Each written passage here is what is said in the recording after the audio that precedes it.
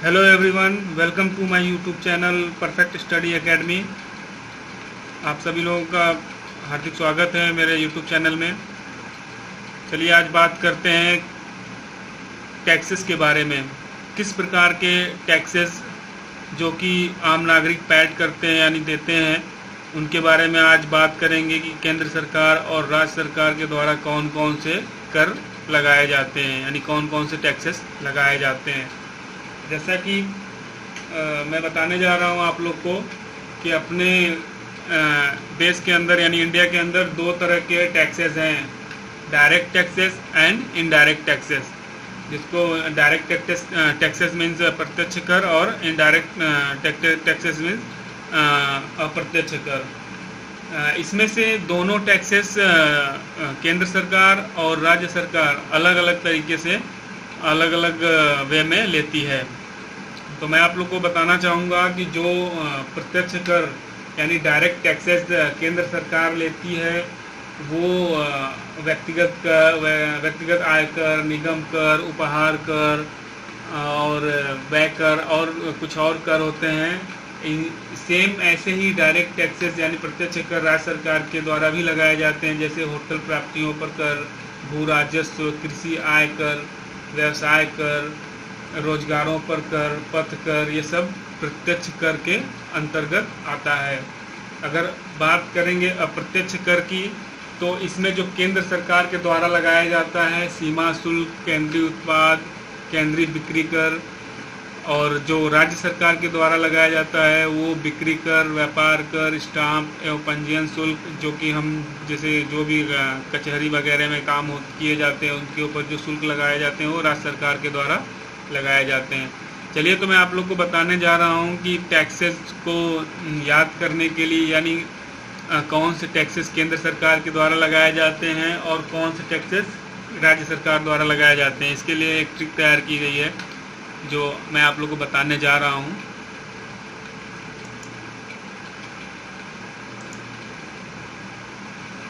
सीमा कर, धन कर, आयकर, निगम कर, उत्तराधिकार कर, उपहार कर, संपत्ति कर और कृषि धन कर, ये सभी केंद्र सरकार के प्रमुख कर हैं।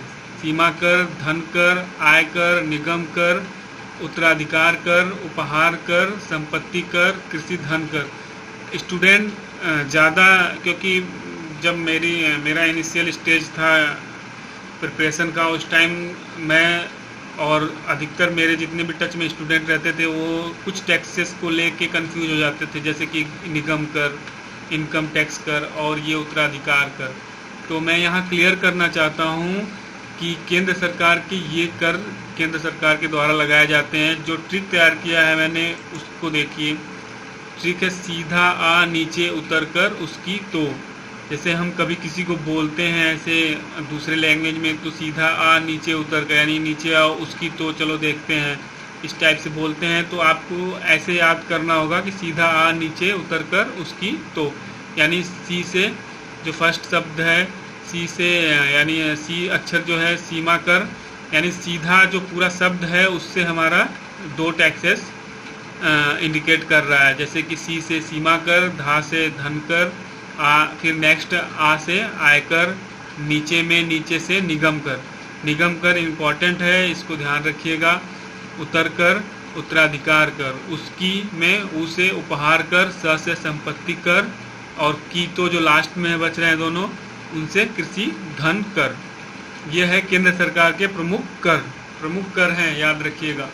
आइए बात करते हैं नेक्स्ट हम राज्य सरकार के द्वारा लगाए जाने वाले प्रमुख कर। राज्य सरकार के जो प्रमुख कर हैं वो भू राजस्व कर, पथ कर, मनोरंजन कर, स्टाम्प कर, मोटर वाहन कर और बिक्री कर है।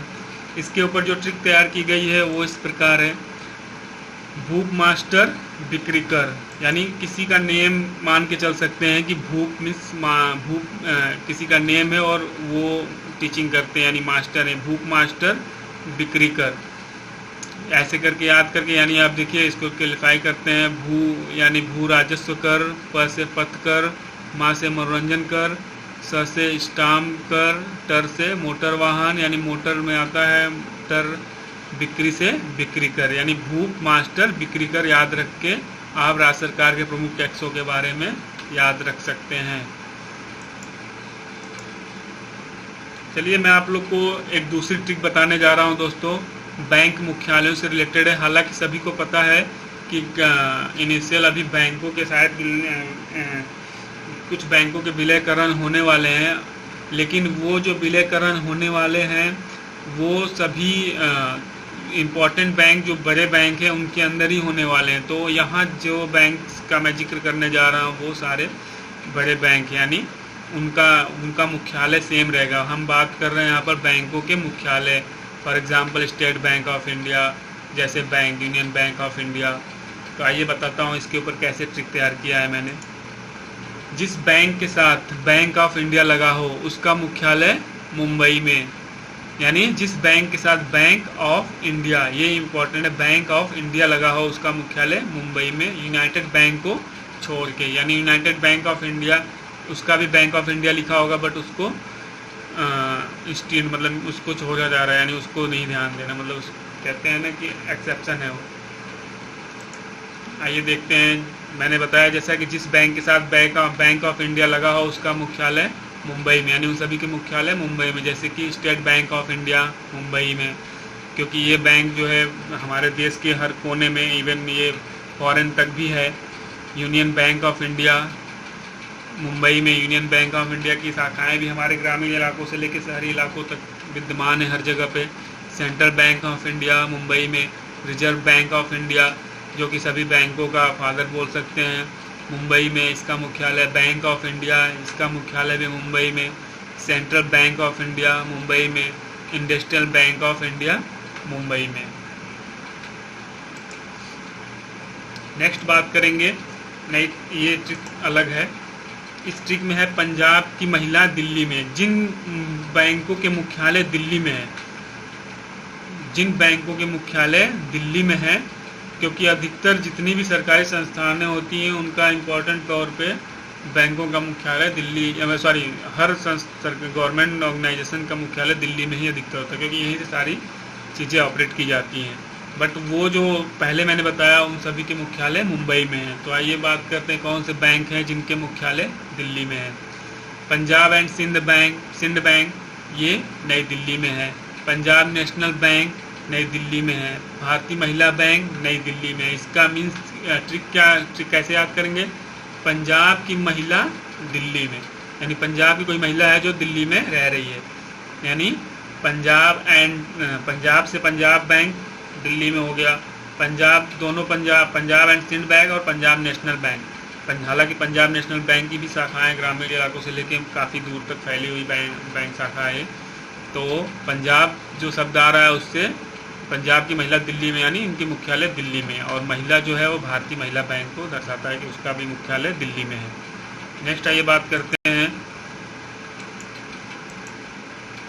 जिसके साथ इंडियन लगा हो उसका चेन्नई में। इंडिया और इंडियन में अंतर है। इंडियन यहाँ मैं बोल रहा हूँ जिसके साथ इंडियन लगा हो उसका चेन्नई में।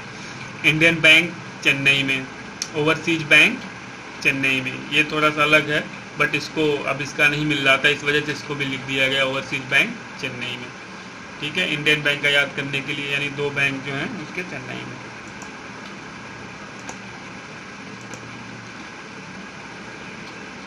जिसके साथ यूनाइटेड लगाओ, मैंने वहाँ पर फर्स्ट में बताया था कि यूनाइटेड बैंक ऑफ इंडिया को छोड़ के बाकी सभी बैंकों के मुख्यालय कहाँ हैं, जिनके साथ जुड़ा हुआ है बैंक ऑफ इंडिया उनके सभी मुख्यालय मुंबई में है, लेकिन एक्सेप्शन दिया था यूनाइटेड बैंक ऑफ इंडिया को।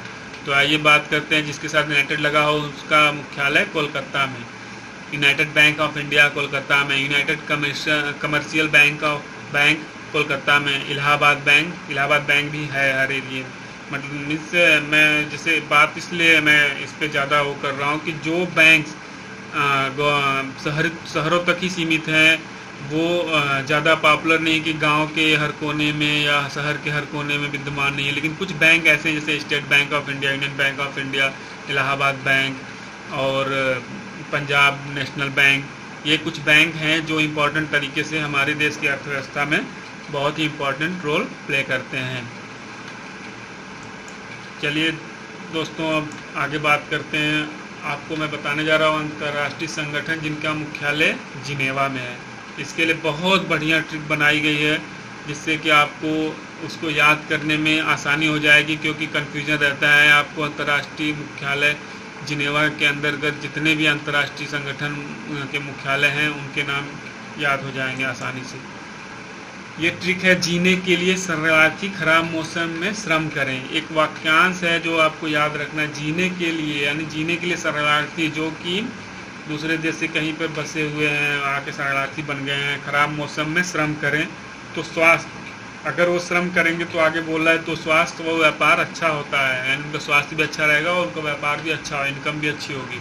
और उनके गेट पर रेड क्रॉस लग जाता है, यानी उनके गेट पे रेड क्रॉस लग जाता है, यानी हम बोल सकते हैं उनके घर पे विपत्तियों के लिए रेड क्रॉस लग जाता है, यानी वो उनके लिए विपत्तियों के लिए गेट लॉक हो जाता है। जीने के लिए शरणार्थी खराब मौसम में श्रम करें तो स्वास्थ्य और व्यापार अच्छा होता है और उनके गेट पर रेड क्रॉस लग जाता है। आइए बताते हैं आपको कि किस तरह से है बनता है। जीने यानी जिनेवा में स्थित मुख्यालय, जीने से यही याद रखना है कि जिनेवा में स्थित मुख्यालय। शरणार्थी यानी विश्व शरणार्थी संगठन UNHCR। नेक्स्ट है मौसम, विश्व मौसम विज्ञान संगठन।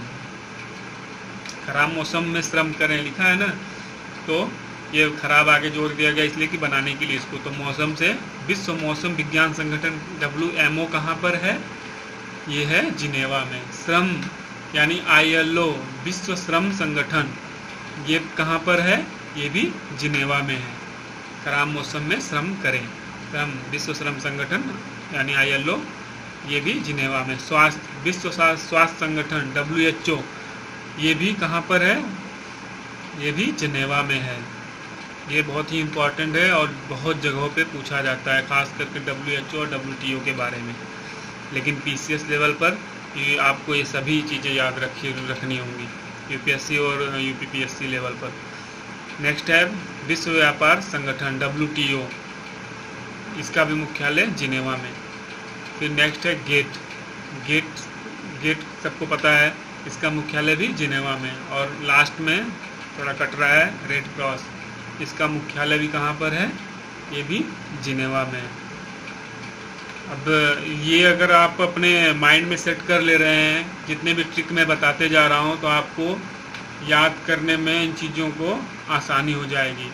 और मैं इसीलिए इन ट्रिकों को पावर पॉइंट के थ्रू तैयार करके इनके एमिनेशन वगैरह सारे सेट करके मैं दिखा रहा हूँ, और काफ़ी मेहनत भी लग रही है कि इनको तैयार करने में।